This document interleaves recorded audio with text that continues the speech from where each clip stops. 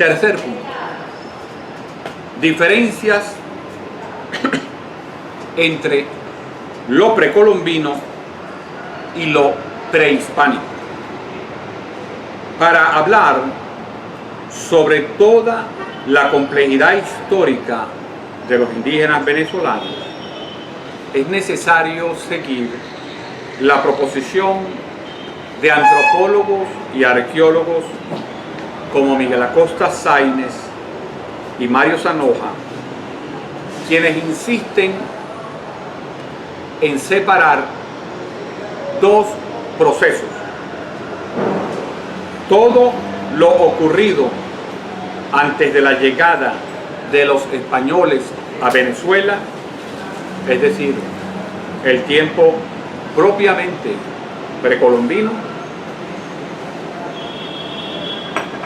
y el segundo proceso, lo ocurrido en el siglo XVI, el momento del encuentro, cuando, entre otras cosas, van a surgir fuentes escritas por los cronistas para dar cuenta etnográfica y etnológicamente de la vida de los indígenas, inaugurando un tiempo nuevo llamado por los especialistas prehispánico. Nosotros queremos hablar de lo indígena precolombino. Cuarto, lo indígena precolombino. Comencemos con una preocupación metodológica. Los estudios arqueológicos han demostrado que algunas zonas de nuestro territorio ya estaban ocupadas por humanos desde hace al menos 150 siglos, es decir, 13.000 años antes de Cristo, un total de 15.000 años.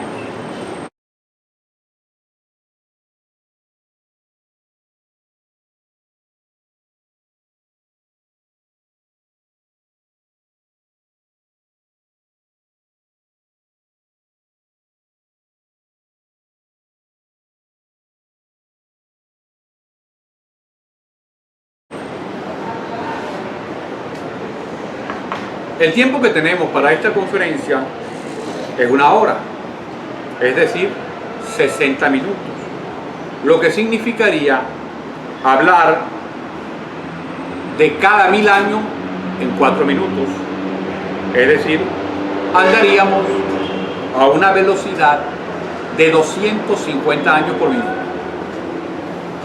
Es evidente que tal cosa es imposible, por lo cual debemos realizar una síntesis extrema.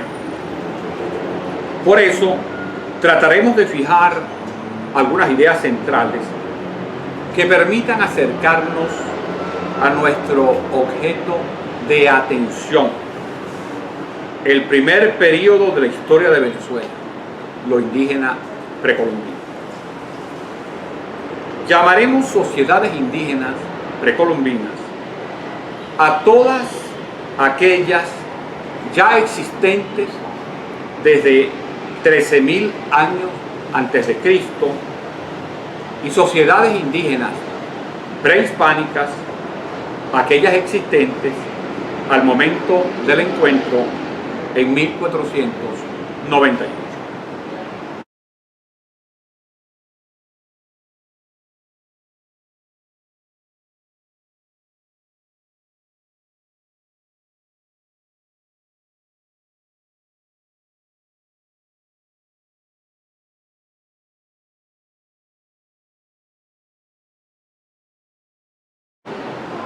Aunque ya existían sociedades indígenas desde hace 13.000 años antes de Cristo, los datos sobre las más antiguas son insuficientes para conformarse una idea más detallada de su modo de vida.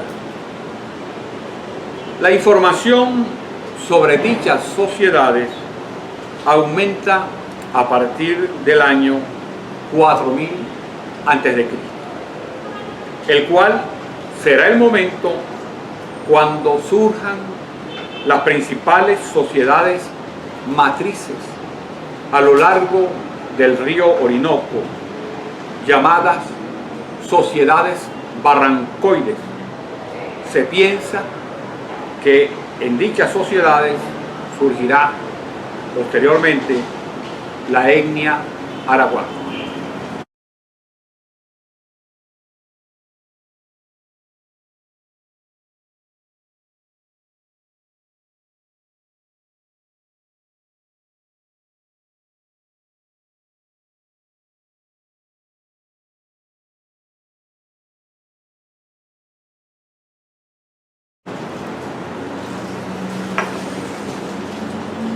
Otro momento muy importante será en el siglo V después de Cristo, cuando irrumpan pueblos migrantes amazónicos que irán desplazando violentamente a las sociedades barrancoides, que pensamos que estos pueblos pueden ser los caribes.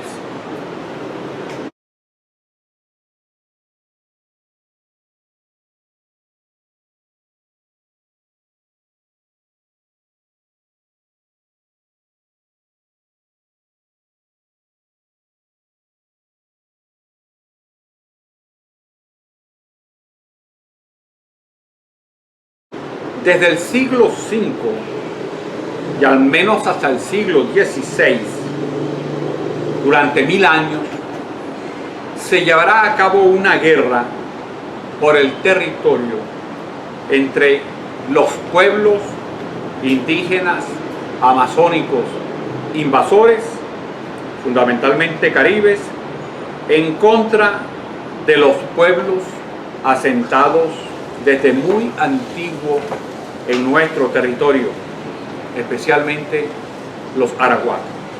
Esta guerra se extenderá a lo largo del Caribe insular y quizás continental.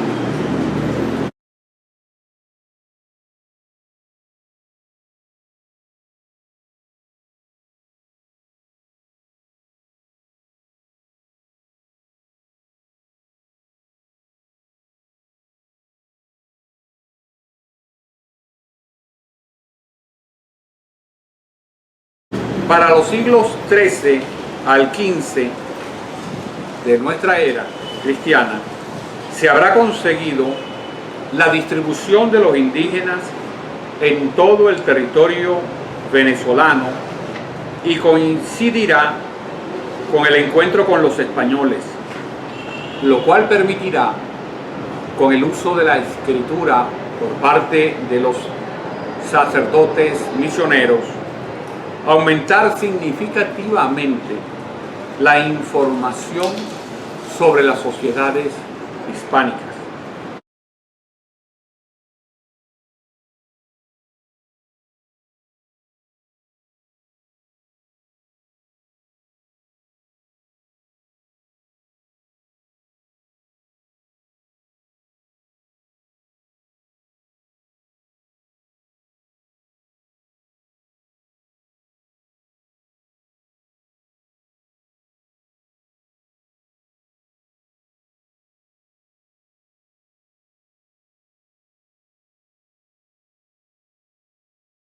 Prehispánicas.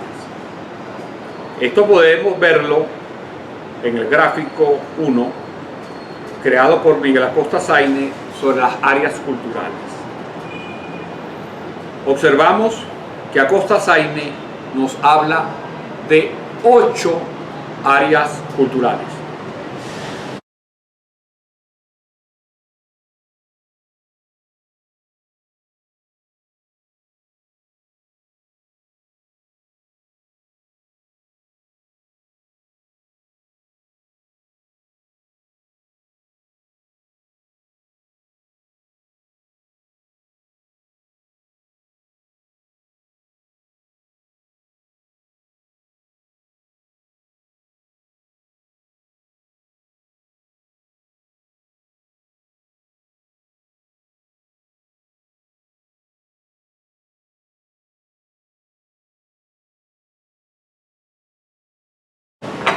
3 de las cuales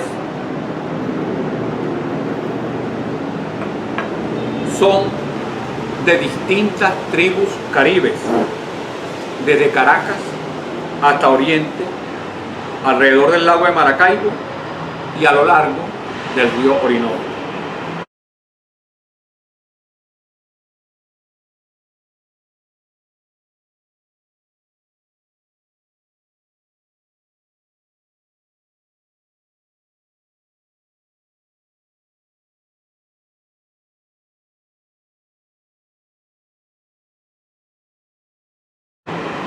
Una área de los arahuacos.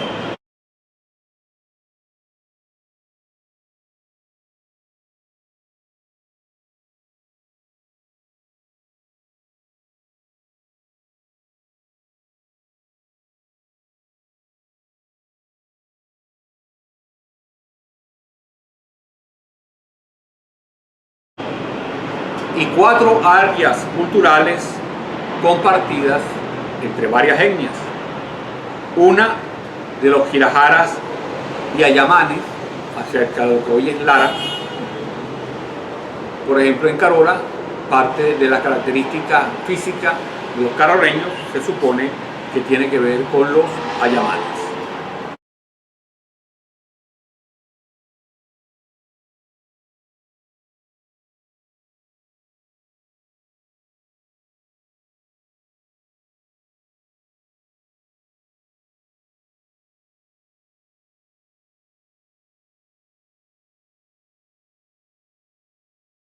Dos, cuya diversidad es tan grande, 2 áreas que se clasifican como áreas geográficas multiétnicas: el área de La Guajira y el área de los Andes.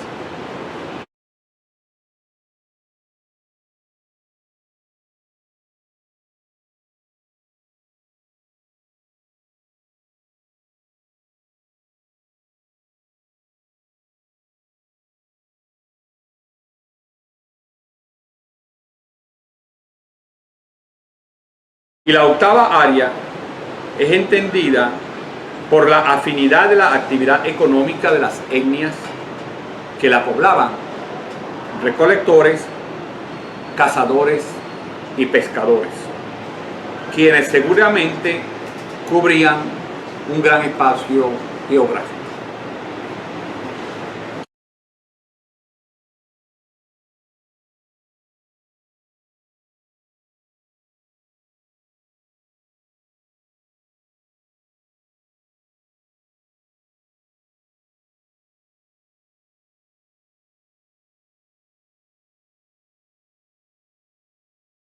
Tal diversidad de áreas culturales nos habla simultáneamente de diversos tipos de organización política, predominando la escala local, que muestran a las claras cómo el actual Estado venezolano no estaba vertebrado a nivel nacional, ni siquiera a escala regional importante, antes de la llegada de los españoles.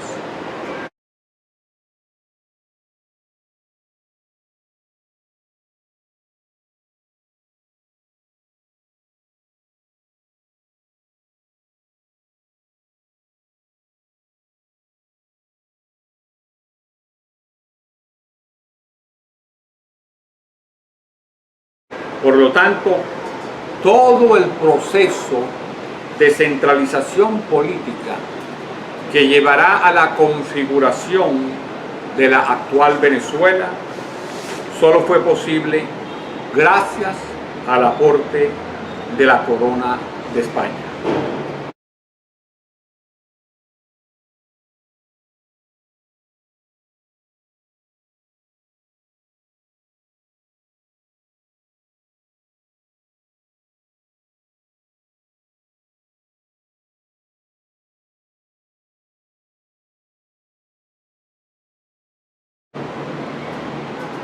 Con este gráfico sobre las áreas culturales de Miguel Acosta Zaine, posteriormente en la próxima conferencia nos referiremos a las áreas culturales según Mario Zanoja e Iraida Vargas. Realizamos un ejercicio previo sobre el proceso previo al encuentro con los españoles en 1498, que nos permite realizar varias acotaciones. No se puede comprender la Venezuela actual sin un conocimiento de las sociedades precolombinas que le sirven de marco referencial contextual.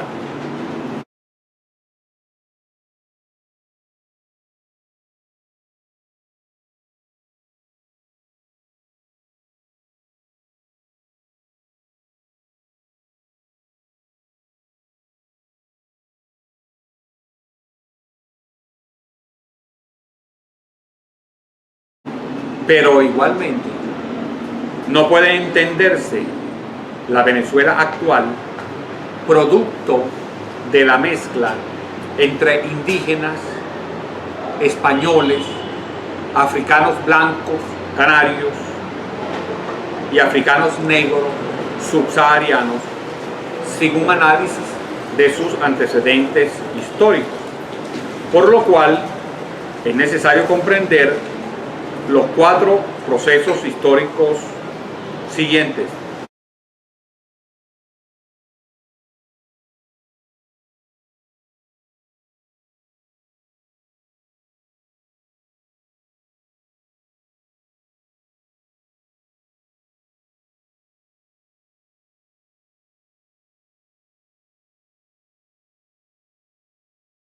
El proceso ocurrido en América antes de 1492, el proceso ocurrido en la península ibérica, al menos desde la llegada de los pueblos celtas, la presencia romana, hasta la unificación de las coronas de Castilla y Aragón,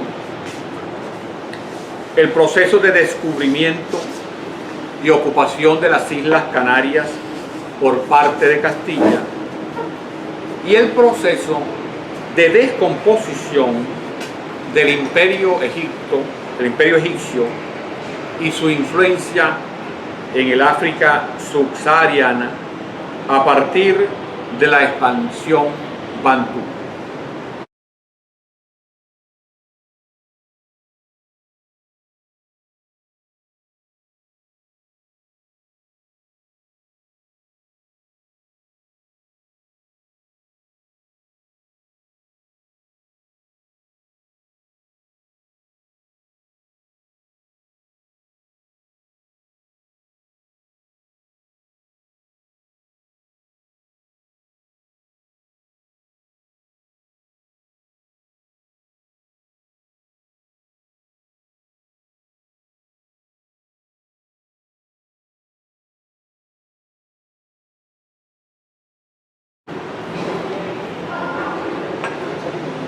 Son por tales razones en que una nueva historiografía venezolana debería comenzar su periodificación con estos 4 periodos ocurridos antes de 1492. Periodo precolombino en América, periodo preamericano en la España peninsular, periodo preamericano en las Islas Canarias y periodo preamericano del África subsahariana.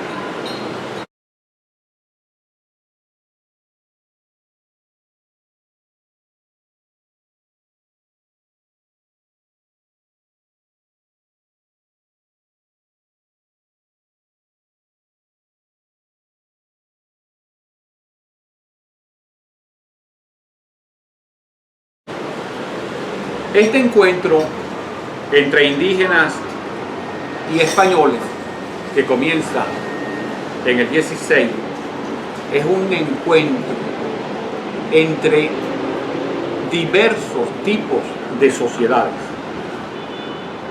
las cuales, aunque tenían muchas diferencias entre sí, también tenían varias similitudes en cuanto a cierta parte de la estructura económica y de las costumbres sociales.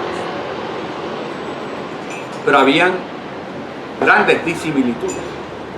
Por ejemplo, nos referiremos a una costumbre indígena muy diferente a las costumbres españolas, las cuales,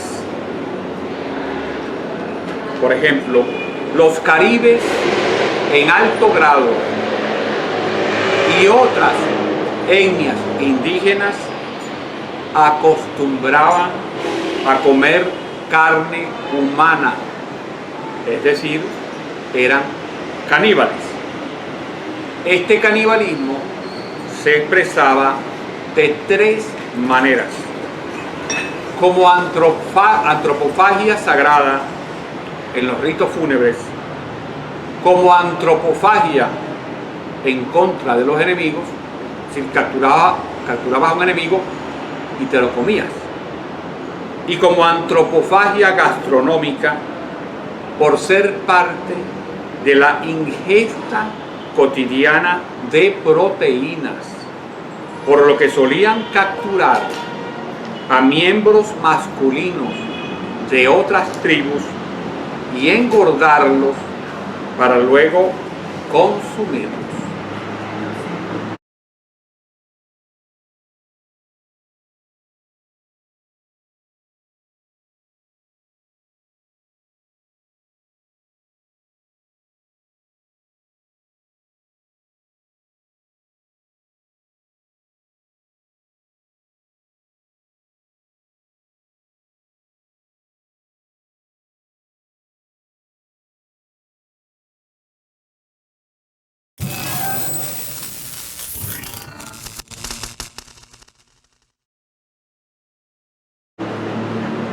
Los indígenas, tanto caribes como aragua, convertían en esclavos a sus enemigos y los incorporaban en su práctica social con los nombres específicos de macos e itotos, una esclavitud igual que la esclavitud que se daba en Grecia y en Roma, pero a menor escala por poseer menor desarrollo de las fuerzas productivas.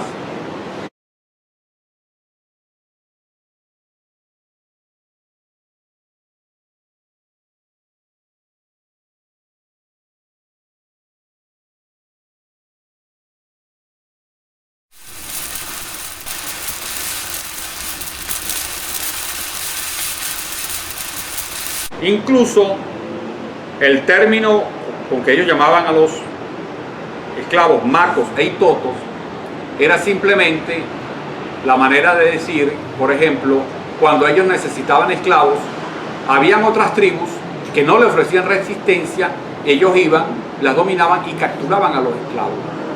Ellos a esas tribus le decían macos o itotos, es decir, esa es como mi hacienda para yo proveerme de esclavos. Y si tengo carencias de proteína animal, los capturo y los comemos. Esto es importante porque a veces en esa historia imaginaria e inventada de que los indígenas todos eran, digamos, para los patrones de este tiempo, personas muy inocentes que realmente andaban casi abrazados a ellos mismos bailando todo el día. No, tenían esclavos y capturaban esclavos para comérselos. Los caciques o jefes principales mantenían la propiedad privada de sus cotos de caza y pesca. Es decir, había la propiedad privada, pero esa propiedad privada solo era para los caciques. Y tenían casa privada, rodeada de muros de estaca defensivos, donde no podían entrar los indígenas comunes. Cualquier parecido con otra realidad es pura coincidencia. Tenían una guardia armada personal, los trasladaban en literas o hamacas para que no tocaran el piso y poseían el derecho de decretar la muerte de quien no cumpliera sus órdenes, como los jefes o reyes europeos.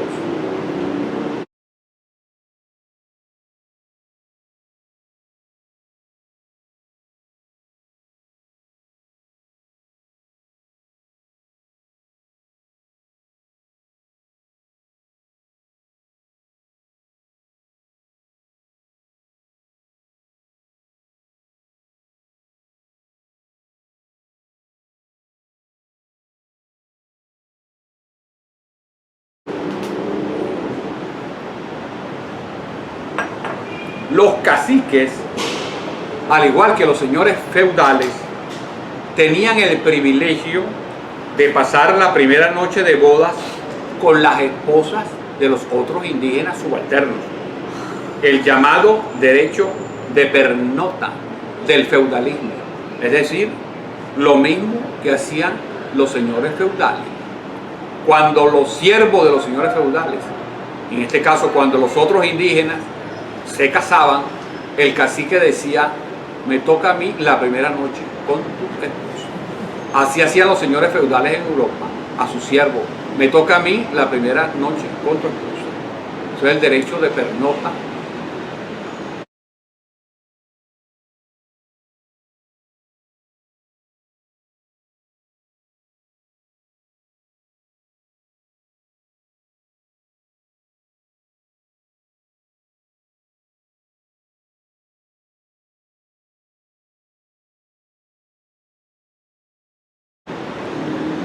Como pudimos observar cuando hablábamos de las diversas áreas culturales, en ninguna existían núcleos urbanos centralizadores para ese momento, ninguno. No había ciudades. Para el caso de Venezuela, a diferencia, por ejemplo, de México, donde los aztecas tenían una gran ciudad, que precisamente es la que va a dar origen a la Ciudad de México. Por lo tanto, como no tenían ciudades, ninguna área estaba organizada de manera compacta bajo la égida de un jefe o un rey, sino por el contrario, existían diversos puntos de centralidad paralelos sobre distintas parcelas territoriales de cada área. Lo ocurrido en el interior de cada área posee aún mayor validez si nos referimos a las relaciones entre las distintas áreas. No había ninguna unicidad política entre dichas áreas, por lo tanto, era inexistente la unificación del territorio venezolano. ¿Verdad? 8 áreas, cada una independiente de la otra. Era inexistente la unificación del territorio venezolano que hoy conocemos, por lo que resultaría anacrónico pensar que estas áreas que muestran la diversidad indígena pudieran conformar una especie de proto-Venezuela a la manera como sí lo era el imperio inca al Perú posterior y el imperio azteca al México español.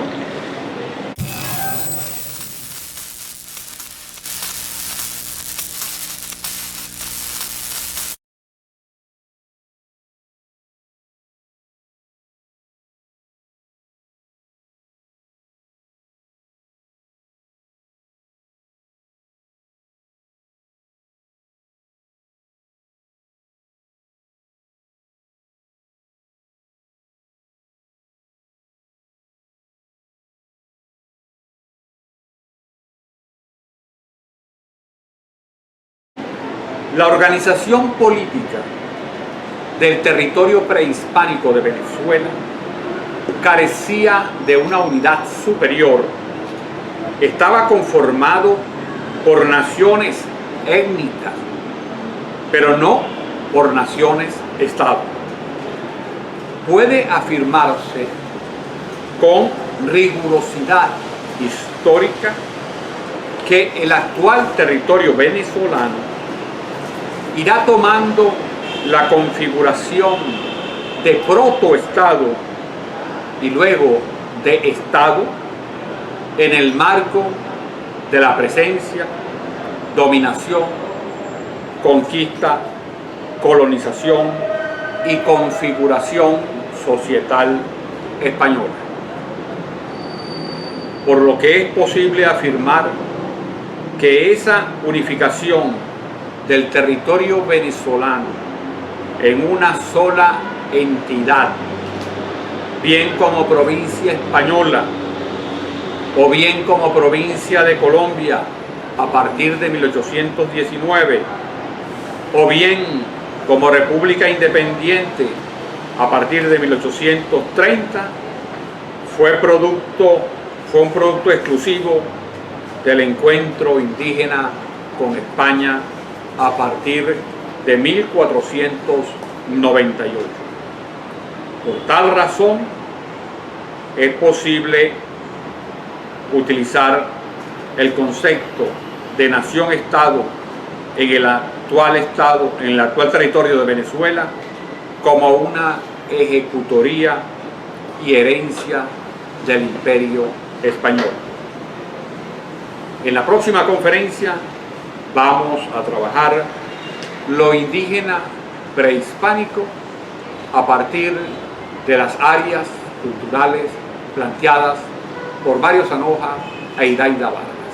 Muchísimas gracias.